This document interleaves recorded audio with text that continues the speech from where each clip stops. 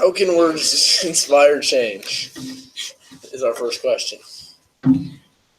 Reed, what do you think? I thought words can inspire change to make different decisions that will influence change.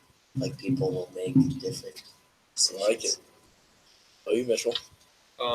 I agree with Reed, and I think depending on what words are said, depends on how much or how little it can inspire somebody.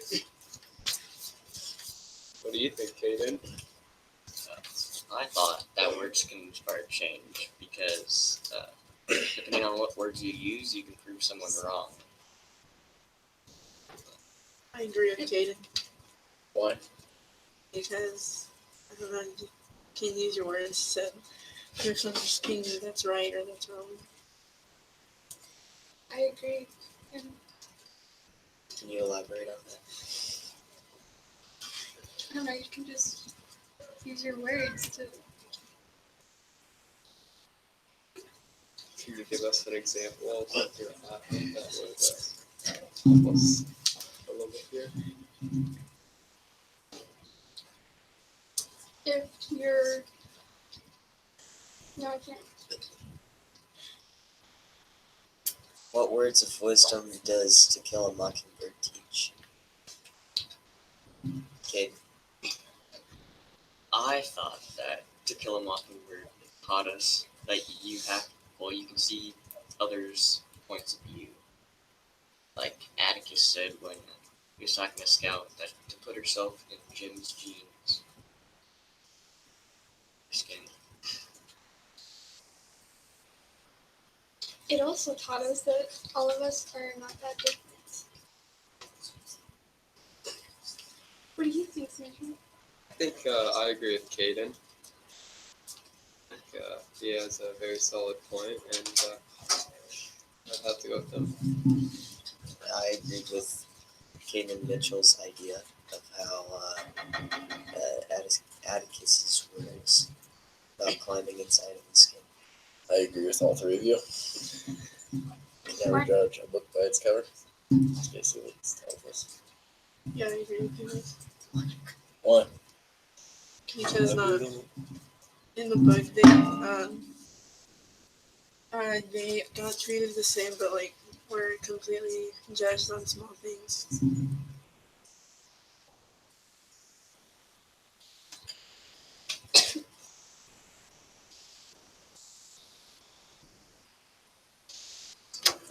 Do we determine our own destinies? If so, to what degree? Caden, what do you think about that? I think we do determine our own destinies by the choices that we make. And, Yeah, I agree. Why? No, why? Hmm? No? Okay. I agree with Caden because we choose what we want to do. You can't make your life. You can make your life what you think you want it to be, and you can't let someone control you and determine your destiny. I thought we determine our own destinies to the point at which it's not physically possible to determine it. Like if you got hit by a car, it's not your fault that you got hit. It's a solid. I agree with Reed. I feel like you can, but once you get so high, there's nothing you can do about it anymore. Though, just you did as much as you can, and if you can't go any further, then that's all you can get to. Yeah. Like in Romeo and Juliet, I thought they determined their destinies because they ended up dead, but they had a secret wedding and stuff without telling anyone. So yeah. I also have that moment as well. I think that things happen for a reason, so like they just happen, so like you can't really choose what goes on in your life.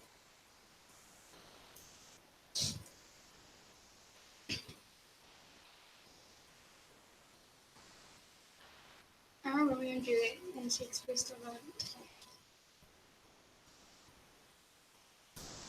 Because there's still a lot of young love today. And in the book, or in the book, they were very young and still young love. One was very young. Wonderful. What do you think about that, Kaden? I disagree, Mitchell, because I think we're forced to read Romeo and Juliet by the state because it's required. Can you explain that again? That we have to read this material. Why do we? Not my decision. That's an interesting idea. Very interesting. I agree with Mitchell. Why? Just do. Does that make it Very irrelevant? valid point. What? Does that make it irrelevant? Talking to me.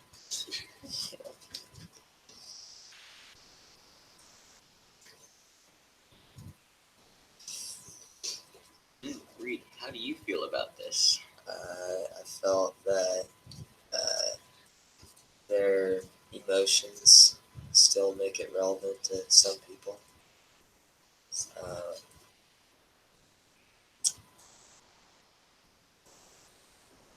Wanda, did you enjoy the book Romeo and Juliet? No?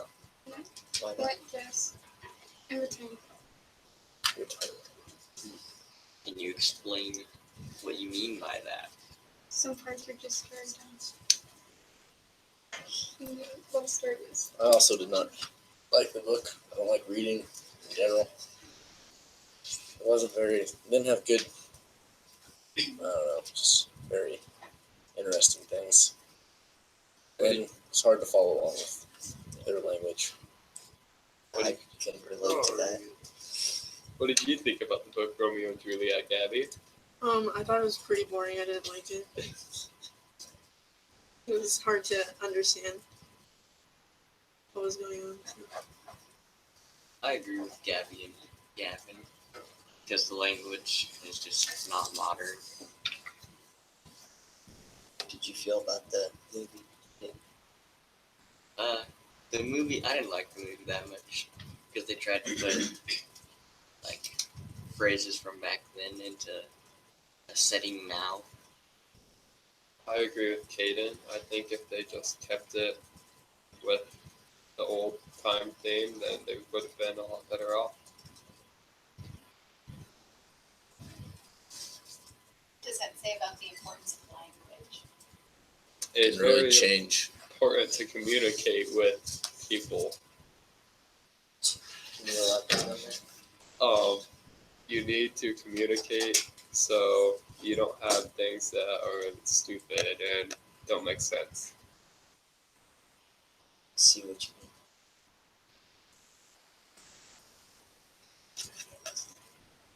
Yeah, I agree with Mitchell.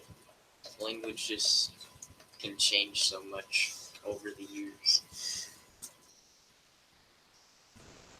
What was your guys' favorite part of To Kill a Mockingbird?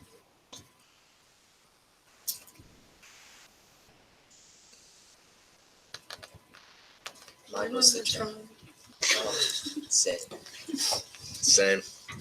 I have to agree with that. I don't know why, it just was. Think That's about that. Why interesting. was it most people's It was favorite? interesting. What made it just It's a pretty big conflict story. I don't know, it just was. It just build up to that Yeah. moment.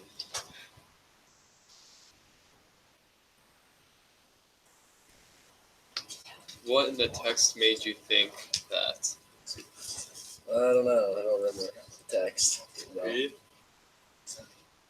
There was a lot of action within the text. such a When the Ewell's daughter came up there and she started crying because she thought Atticus was saying bad stuff about her father. I thought that was a lot of action. Yeah, the story was built up to that point because Atticus kept saying, like, to the kids not to worry yet, that something worse was going to happen. My favorite part was at the end of the book when Scout was standing on the porch of Bradley. Because it was a very touching moment. She got to see what he saw all throughout the summers, and she realized what he felt like.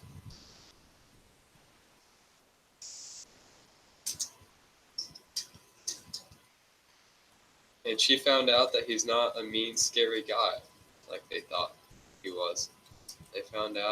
She found out that he's actually a nice guy. I agree with that. I liked how it ended with Boo Radley and Scott.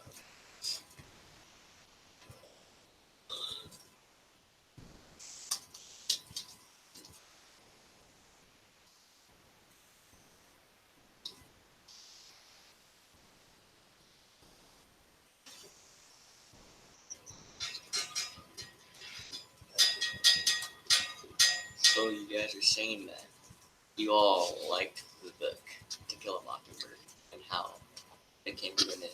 Like some parts of it. What did you not like about To Kill a Mockingbird? I didn't really like the prologue of it. That part was kind of boring.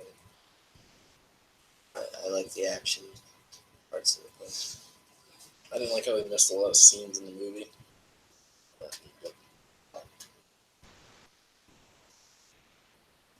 Alondra, do you have any?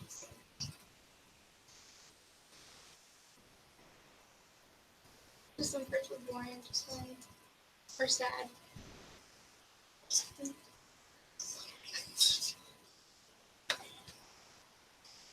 Can you give evidence to support that idea?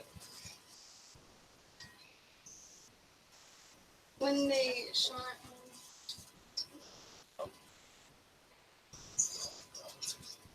Tom, yeah, Tom, or when they shot the dog.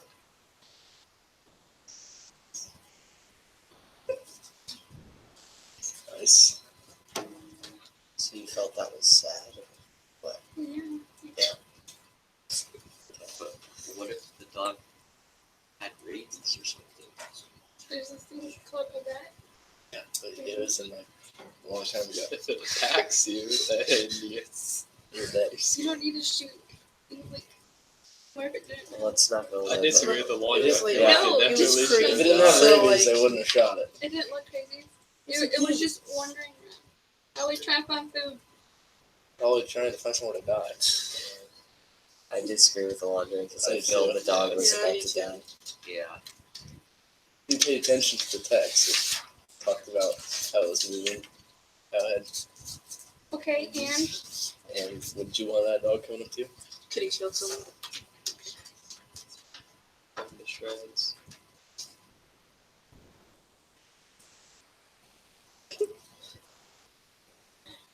So if you saw a dog with rabies, you'd go up and get it. what if it didn't have rabies? My question is, what if it did, not what if But it what if didn't? it didn't? How would you know that? Answer my question. You know when a dog has rabies. Kiss it.